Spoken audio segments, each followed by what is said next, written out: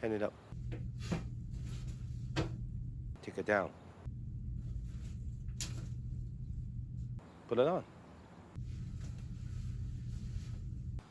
Take it off. Hand it up. Take it down. Jack it on. Jack it on.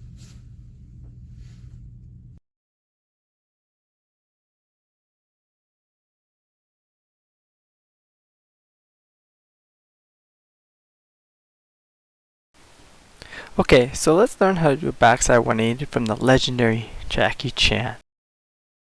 Jack it on. So here are some examples of some backside 180s while Jackie screams out, "Jack it on." Jack it on. Jack it on. So some tricks to know before learning the backside 180s are definitely the ollie. Having a good ollie is crucial to learning the backside 180. Okay, the pre-rotation for any rotation trick is key. These are some clips of me trying to show you the pre-rotation using Jackie Chan's jacket on technique. Pretend you're putting on the jacket before you pop the tail. Honestly, it was quite hard to do this while actually trying to do the 180, so I just did it on the ground stationary.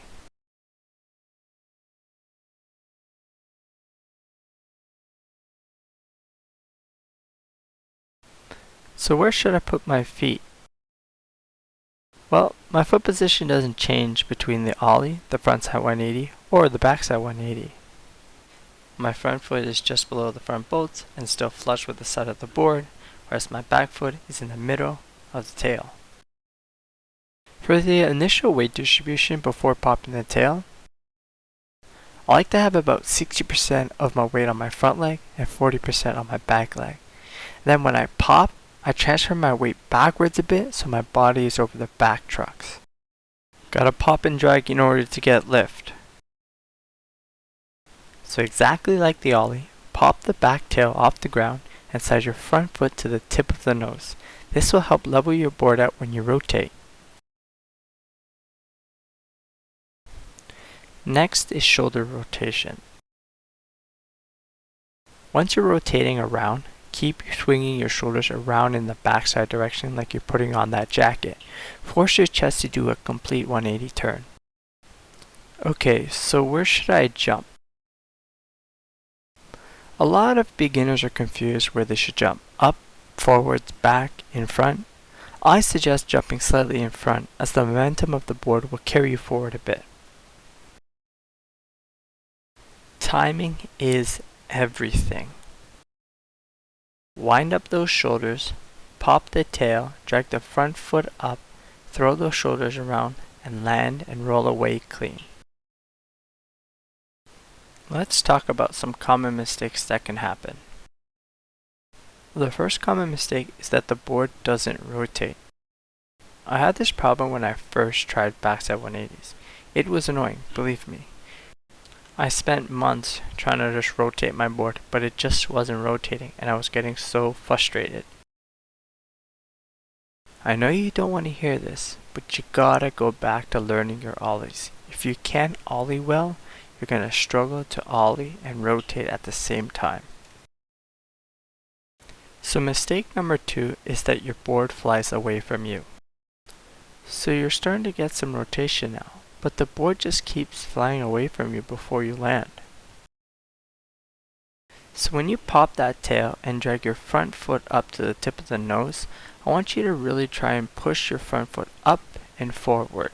Also make sure that your weight is over the center of the board when rotating so you have control when you land. So mistake number 3, and by far the most common mistake, is under rotation. This is by far probably the most annoying mistake. I even still have this problem today. So maybe this one little tip might help you. Do you remember that scene from X-Men of Havoc training his powers?